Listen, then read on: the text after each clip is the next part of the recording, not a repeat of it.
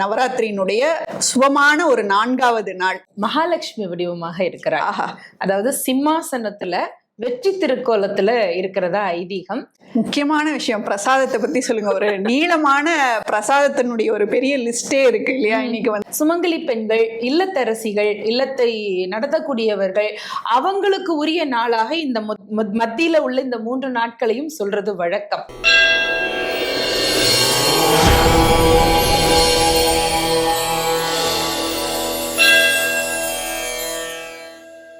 தெய்வத்தமிழ் TV நேயர்களுக்கு அன்பான வணக்கம்.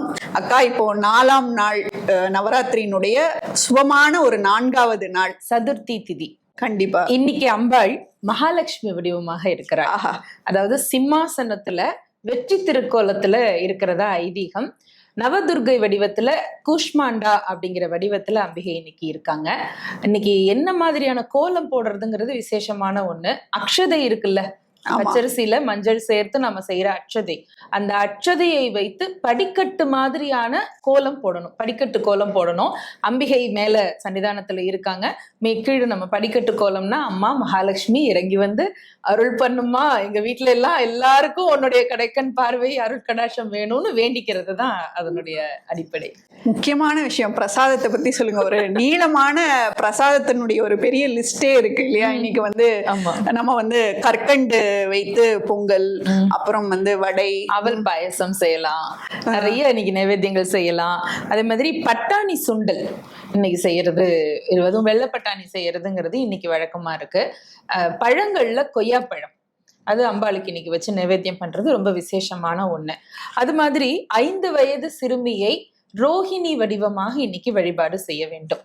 ராகம் வந்து பாத்தீங்கன்னா இன்னைக்கு ரொம்ப விசேஷமா என்ன மாதிரியான பாடல்கள், என்ன ராகத்துல பாடினா சிறப்புனா பைரவி ராகத்துல இன்றைய தினம் வந்து அம்பாளுக்கு வந்து நம்முடைய பிரார்த்தனையை பாடலாக சமர்ப்பிக்கலாம். அதே மாதிரி இன்னைக்கு மகாலட்சுமிக்கு உகந்த செந்தாமரை மலர்ல அர்ச்சனை செய்யறதுங்கிறது விசேஷமான ஒண்ணு.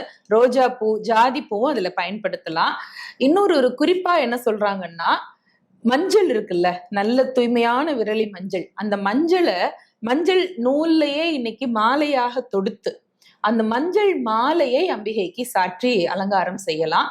சுத்தமான நல்ல உயர்ந்த முத்துக்கள் இருந்ததுன்னா அந்த முத்து மாலையை இன்னைக்கு அம்பிகைக்கு சாற்றி வழிபாடு செய்யலாம். ஏன்னா மகாலட்சுமி இல்லையா, அவ எல்லா செல்வங்களுக்கும் அதிபதி. ஆமா, அதனாலதான் இன்றையனுடைய பலன் என்னன்னு பாத்தீங்கன்னா, கடன்கள் எல்லாம் நீங்கி கடாட்சத்தை நோக்கி நம்மை வந்து வழிநடத்தக்கூடிய வழிபாடாக, அருளாசி தரக்கூடிய பலனாக இன்றைய தினம் அமைகிறதுன்னு சொல்லலாம். அதோட இன்னைக்கு திதி பார்த்தா சதுர்த்திங்கிறது பொதுவா விநாயகருக்கு உரிய திதி. விநாயக கடவுளை வணங்குறதுனுடைய அடிப்படை என்னன்னா, ராகு தோஷம் எல்லாம் நீங்கும், ராகு கேது தோஷம் எல்லாம் நீங்குங்கிறது தான். அது மாதிரியான அந்த ஒரு மறைக்கக்கூடிய காலம் ஒவ்வொருத்தருடைய அந்த ஜாதகத்திலையும் பாத்தீங்கன்னா, ராகு திசை கேது திசைங்கிறது வந்து புத்தி மறைக்கிறது அப்படிம்பாங்க. அப்படி புத்தி மறைக்கிறதுல இருந்து விலக்கு வந்தால் நமக்கு பிரகாசமான அறிவு வேலை செய்யும் அப்படின்றதுனாலதான் விநாயகரை வணங்கணும் அப்படின்னு சொல்லுவாங்க. அதனால அங்க வழிபாடு செய்யற போது மகாலட்சுமியினுடைய அருளும் இன்னைக்கு கிடைக்குங்கிறது உள்ளர்த்தமாக நாம புரிஞ்சுக்கலாம்.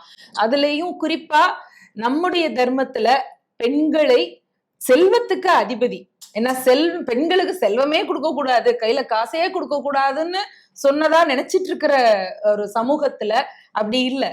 பல்லாயிரம் ஆண்டுகளாக செல்வம் வந்து பெண்ணுக்கு உரியது, பெண் தான் அதுக்கான ஆட்சி செய்யக்கூடிய உரிமைப்பட்டவள். அந்த செல்வத்துக்கு அதிதேவதையே நம்ம ஒரு பெண் தெய்வம் தான், மகாலட்சுமியை தான் வச்சிருக்கிறோம். பெருந்தடங்கன் பிறை நுதலார்க்கு பொருந்து செல்வமும் கல்வியும் பூத்தலால்னு அதனாலதான் கம்பர் எழுதினார் இல்லையா? அந்த மாதிரி ஃபினான்ஷியல் அட்மினிஸ்ட்ரேஷன் இன்னைக்கு நம்ம பண்றோம்ல, நிறைய ஃபினான்ஷியல் இண்டிபெண்டன்ஸ் எப்போ வரும்னா, அந்த பொருள் நம்முடைய ஆட்சிக்குட்பட்டு இருக்கும் பொழுதுதான் நமக்கு அந்த சுதந்திரம் கிடைக்கும். அதே மாதிரி குஷ்மாந்தா அப்படிங்கிற அந்த வடிவமும் பாத்தீங்கன்னா, நம்ம சொல்றோம் இல்லையா, ஹிரண்ய கர்ப்பம்னு சொல்றோம் இல்லையா, உலக உயிர்களை எல்லாம் கருவிற்றிருக்கக்கூடிய தாயாக நிற்கக்கூடிய அந்த நிலை. உலகத்தில் படைத்திருக்கக்கூடிய எல்லா விஷயங்களும், எல்லா படைப்புக்கு உட்பட்ட எல்லா விஷயங்களுமே பாத்தீங்கன்னா எந்த கருவிலிருந்து வந்திருக்கு அப்படின்னு யோசிச்சு பார்க்கும் பொழுது, அந்த கருவுற்றிருக்க வீற்றிருக்கக்கூடிய தாயினுடைய வடிவமாக இன்று அம்பிகை நமக்கு காட்சியளிக்கிறார். நவராத்திரியில முதல் 3 நாட்கள் துர்க்கையாக, அதாவது பாலா என்கின்ற அந்த ரூபத்துல பொதுவான வடிவமா அது சொல்றது. இன்றைய தினம் 4ஆம் நாளில் தொடங்கினால் அடுத்த 4, 5, 6 இந்த 3 நாட்களும் மகாலட்சுமிக்கு உரிய நாள். அதனால சுமங்கலி பெண்கள், இல்லத்தரசிகள், இல்லத்தை நடத்தக்கூடியவர்கள், அவங்களுக்கு உரிய நாளாக இந்த மத்தியில உள்ள இந்த 3 நாட்களையும் சொல்றது வழக்கம். அப்படி பார்த்தா எந்த வயதாக இருந்தாலும் அந்த பெண்ணுக்கு உரிய அந்த கௌரவத்தை, கண்ணியத்தை கொடுக்க வேண்டும்ங்கிறதான் நம்மளுடைய நவராத்திரி வழிபாடு சொல்லுது இல்லையா? கண்டிப்பா.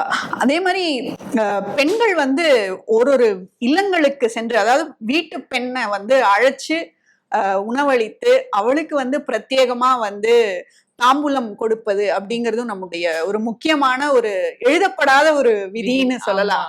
அந்த கொலு இருக்கக்கூடிய நவராத்திரி நடக்கக்கூடிய அந்த நேரத்துல பெண்ணை திரும்பவும் அழைச்சு, ஏன்னா அம்பிகையை நம்ம வீட்டுல அமர வச்சிருக்கோம், அந்த அம்பிகையினுடைய ஒரு வரப்பிரசாதமாக நமக்கு நம்முடைய வாழ்வில் வந்த அந்த பெண்ணையும் வீட்டுக்கு அழைத்து அவளுக்கு வந்து மரியாதை செய்யக்கூடிய ஒரு பழக்கமும் இந்த கொலு நேரத்துல நடக்கும். இதுல ஒரு விஷயம், பல வீடுகள்ல ஆண் பிள்ளைங்களா இருப்பாங்கல்ல, அந்த வீட்டு அம்மாக்களை கேட்டாதான் தெரியும், ஐயோ ஒரு பொன் குழந்தை இல்லையே அப்படின்னு நினைச்சுக்குவாங்கல்ல. ஏன்னா அதுக்கு வந்து தலை பின்னி பூ வச்சு அலங்காரம் செஞ்சு அதை பார்த்து ரசிச்சு அந்த குழந்தைய எல்லா வீட்டுக்கும் கூப்பிடுவாங்க. அந்த குழந்தைக்கு எல்லாரும் பட்டுப்பாவாடை சட்டை வச்சு கொடுத்து அது அப்படியே ஒரே பிஸியா இருப்போம் அந்த பெண் குழந்தைங்கள்லாம். அதை பார்க்கவே ஒரு அழகா இருக்கும். வீட்டுல இருக்கிற ஆம்பளை பசங்களுக்கு அதை பார்த்தா எல்லாம் அக்காக்கே கொடுக்குறாங்க, எல்லாம் தங்கச்சிக்கே கொடுக்குறாங்கன்னு அவன் அழுத்துக்குவான். ஆனால் பெண்களை தெய்வீகமாக கொண்டாடுவது நம்முடைய மரபு. அது அழகா இன்னைக்கு சொல்லியிருக்கோம். ரொம்ப நிறைவாகவும் ரொம்ப சந்தோஷமான ஒரு பகிர்வாகவும் இன்றைய தினம் அமைந்தது. இதே போல் செல்வம் அள்ளி தரக்கூடிய மகாலட்சுமியினுடைய வடிவத்தையும், அதை தொடர்ந்து சரஸ்வதியினுடைய அந்த ஸ்வரூபங்களையும் நாம இந்த நவராத்திரியை முன்னிட்டு தெய்வத்தமிழ் டிவி வாயிலாக ரசிக்க இருக்கிறோம். மீண்டும் சந்திப்போம்.